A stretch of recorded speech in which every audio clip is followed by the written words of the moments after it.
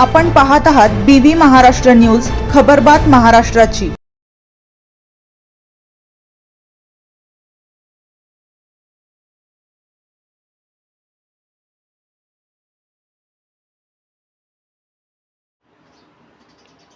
मालेगावचे upper तहसीलदार ज्योती देवरे यांच्यासह 15 अधिकारी कर्मचारी सक्तीच्या रजेवर।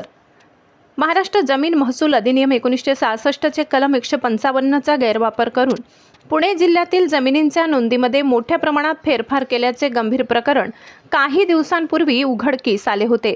या घोटाळ्या प्रकरणी राज्य सरकारने आता कठोर पावले उचलली असून दोषी आढळलेल्या 15 बड्या अधिकारी व कर्मचाऱ्यांना तात्काळ सक्तीच्या रजेवर पाठविण्याचे आदेश दिले आहेत। यामध्ये खेड येथील तत्कालीन तहसीलदार व सध्याच्या मालेगाव येथील अप्पर तहसीलदार ज्योती देवरे यांचाही समावेश आहे।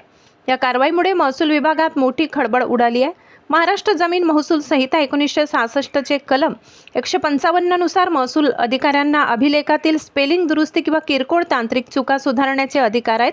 मात्र पुणे जिल्ह्यातील खेड, जुन्नर, मावळ, इंदापूर आणि शिरूर यासारख्या तालुक्यामध्ये या कलमांचा आधार घेत जमिनीचे मालकी हक्क बदलणे, क्षेत्रफळात फेरफार करणे आणि भोगवटदार वर्ग 2 ची जमीन बेकायदेशीरपणे वर्ग 1 मध्ये रूपांतरित करण्याचे धक्कादायक प्रकार समोर आले आहेत।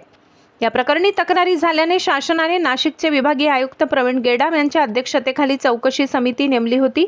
समितीने या प्रकरणाची चौकशी केली होती। समितीने 2383 प्रकरणांची तपासणी केली असता त्यातील 13 प्रकरणे अवर्गवारीतील अतिगंभीर असल्याचे आढळले। या प्रकरणामध्ये कायद्याचा जाणीवपूर्वक गैरवापर करून मालकी हक्कात बेकायदेशीर फेरबदल करण्यात आल्याचे समितीने निष्कर्ष नोंदवले। तसेच संबंधितांना नोटिसा न बजावता परस्पर आदेश देण्यात आल्याचेही चौकशीत स्पष्ट झाले। अर्थसंकल्पीय अधिवेशनात या संदर्भात विधान परिषदेमध्ये लक्षवेधी सूचना उपस्थित झाली होती।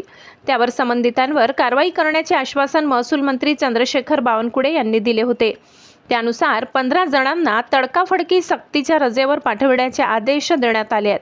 दोषी आढळून आलेल्या या 15 जणांमध्ये 10 तत्कालीन तहसीलदार, 1 तत्कालीन मंडळ अधिकारी, 3 तत्कालीन ग्राम महसूल अधिकारी व 1 तत्कालीन लिपिक यांचा समावेश आहे। मालेगाव येथे अप्पर तहसीलदार म्हणून कार्यरत असलेल्या ज्योती देवरे यांचाही त्यात समावेश आहे।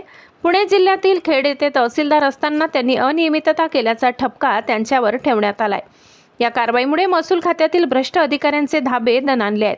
BV न्यूज महाराष्ट्रासाठी संतोष जाधव।